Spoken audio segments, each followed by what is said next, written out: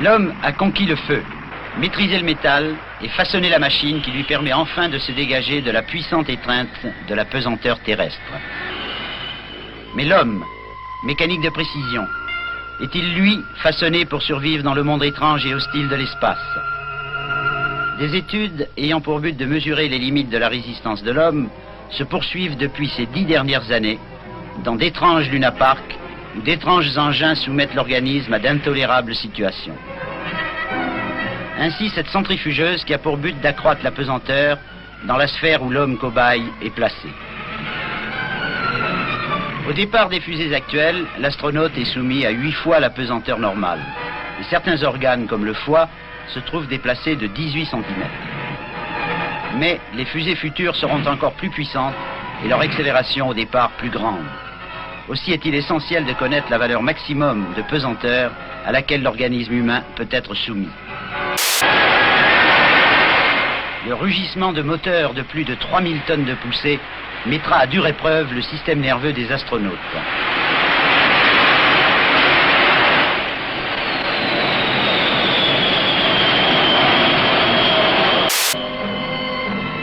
Combien de rotations minutes l'homme peut-il supporter? Ceci est important à déterminer car il peut arriver qu'un vaisseau spatial se mette en rotation tout en continuant sa trajectoire. L'astronaute peut-il alors continuer à guider son vaisseau? Et jusqu'à combien de rotations minutes? Un sujet normal peut supporter 40 à 50 rotations. Après un entraînement approprié, de nombreux sujets peuvent supporter jusqu'à 160 rotations minutes sans perdre leur maîtrise oculaire et musculaire.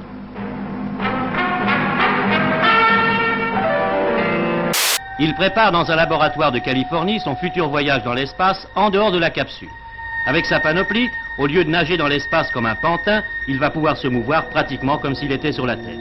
Bref, dans quelques mois, quand il partira pour la grande aventure, il sera déjà familiarisé avec les traîtrises du cosmos. De la locomotion lunaire, avec la possession de muscles 6 fois plus puissants. Grâce à cet ingénieux système, on est arrivé à simuler la locomotion lunaire. Soutenu à un angle de 15 degrés par rapport au sol, les 5/6 du poids de cet homme sont soutenus par des câbles. 1/6 seulement de son poids s'applique sur le mur.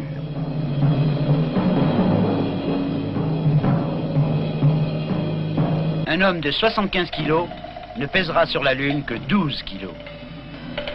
Il lui sera plus facile de grimper le long d'une perche à l'aide de ses bras que d'utiliser une échelle.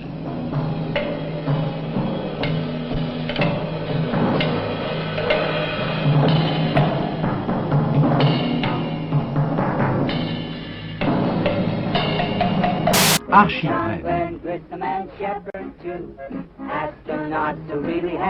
On leur avait accordé ce rêve qui nous est cher entre tous, celui de la non-pesanteur.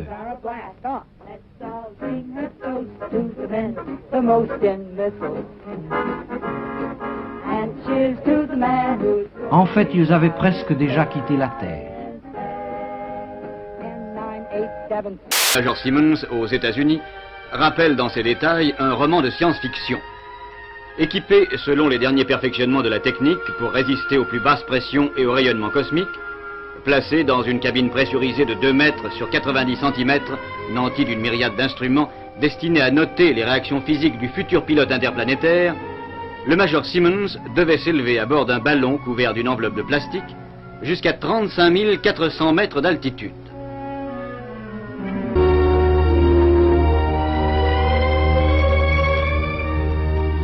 Ayant été le premier homme à contempler la nuit interstellaire, il atterrissait après 32 heures d'une ascension sans précédent qui lui avait permis de contempler le globe sur une étendue de 1500 km. Nul doute que le Major Simmons soit, pour un temps, l'homme le plus haut du monde. Vous avez vu le rendez-vous spatial depuis Gemini 6 Le voici vu de Gemini 7 grâce au film rapporté par Borman et Lowell. Image toujours aussi extraordinaire de ce ballet spatial dans un monde étrange de ténèbres et d'éblouissement. Ces objets qui semblent flotter comme des flocons de neige dans l'espace sont peut-être des cristaux de glace formés par l'eau que Lowell et Borman ont jetée dans l'espace. Que la Terre est belle vue du ciel, ont dit tous les cosmonautes, comme on les comprend, et pourtant, vous ne voyez pas les couleurs.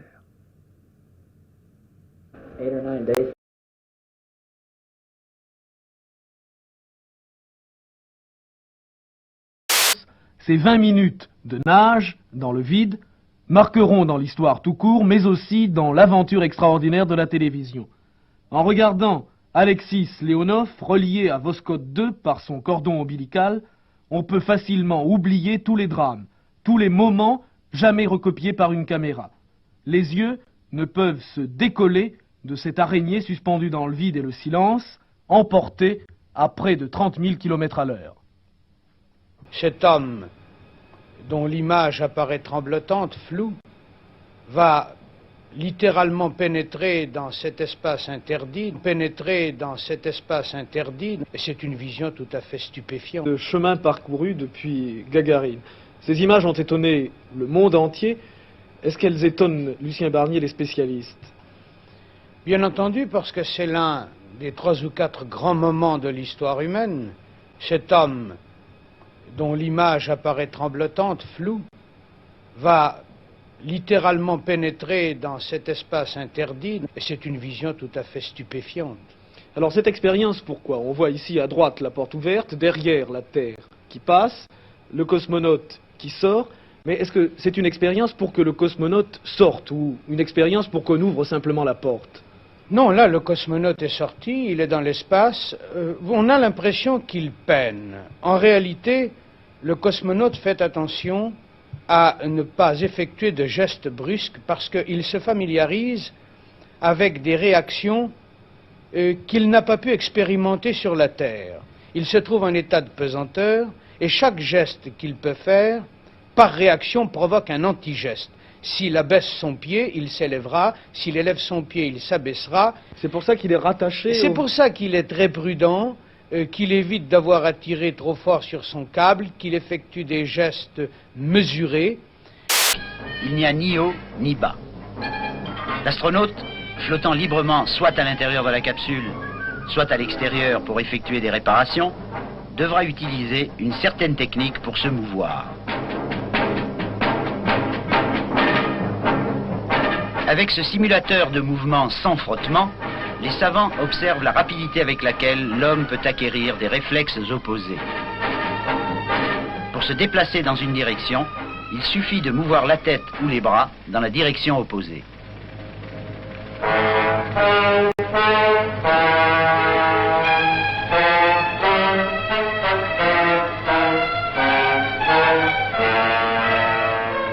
Alors est-ce qu'il est protégé entièrement par sa combinaison, ou est-ce qu'on a fait une opération avant d'ouvrir le sas?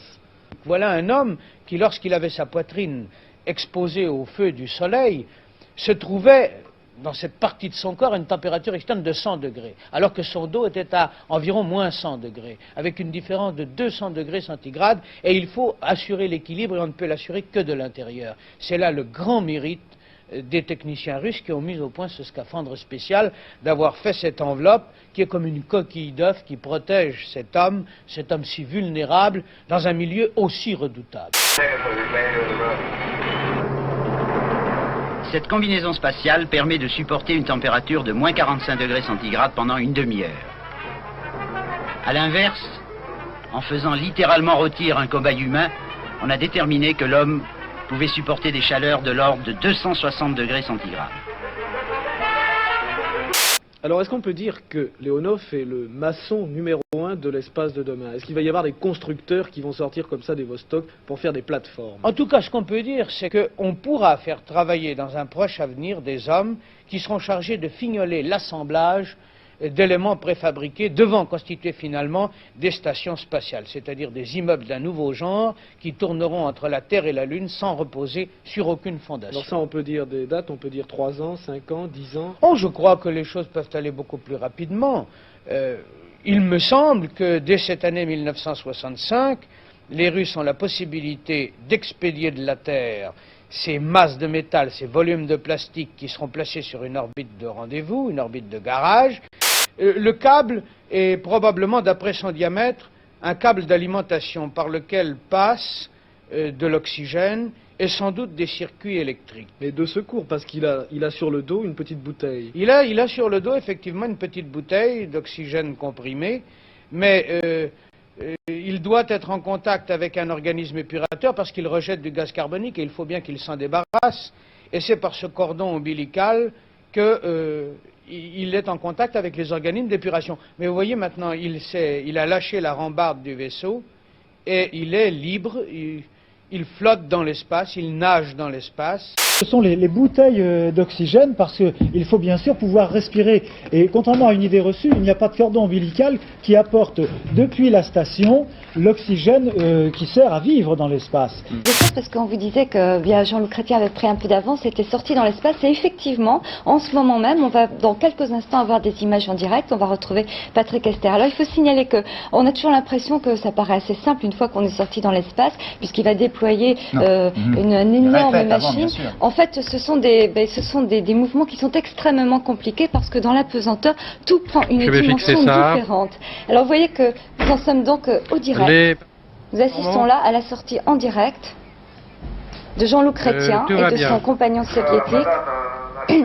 4 heures dans l'espace, sur le casque. Je vous rappelle. Pierre Aigneret, qui est l'un des 4 astronautes pilotes du CNES, pourrait peut-être nous dire maintenant ce qui se passe pour les hommes là, à l'intérieur des scaphandres. Parce que ça paraît facile, simple quand on les voit, mais ça ne l'est pas. Vous avez travaillé dans ces conditions-là, je veux dire avec un scaphandre qui ressemble un peu à celui-là? Qui ressemble un petit peu, effectivement. J'ai eu l'occasion de répéter exactement la mission qu'est en train de faire le général Chrétien à l'heure actuelle, mais en piscine, pas dans les conditions réelles de l'impesanteur. Ressemble un peu, c'est ce qui se rapproche le plus. Hein, c'est une très bonne manière de simuler, effectivement. Par le soleil complètement, voilà. Et donc c'est une image qui est très très dure à lire à cause cette lumière qui provient donc de... c'est un clair de terre.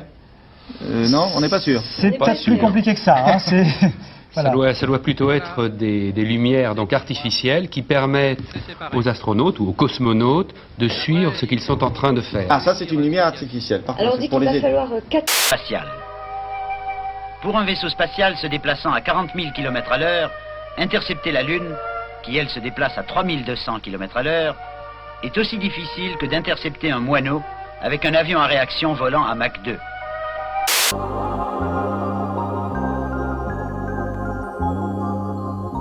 Après le sport, la douche dans laquelle on se lave en s'aidant d'un bouquet de feuilles de bouleau.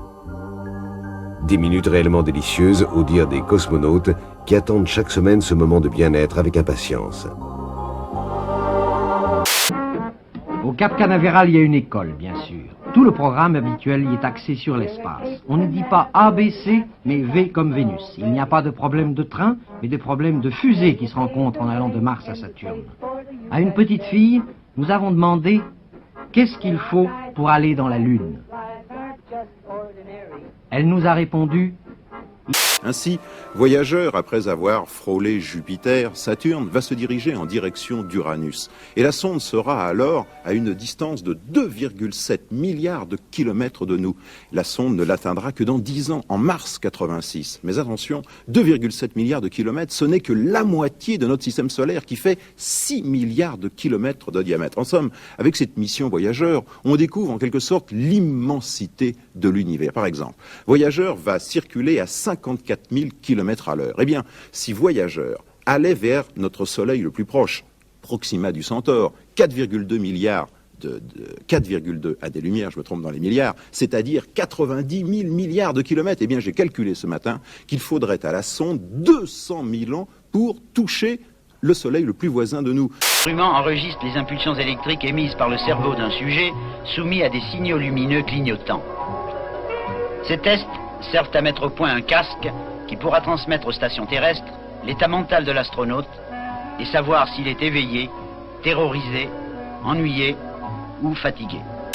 Comme quoi, vous voyez que l'homme, Jean-Claude Bourret, en quelque sorte, est prisonnier de son berceau originel. Je crois qu'il n'en sortira jamais et il se contentera d'en faire le tour.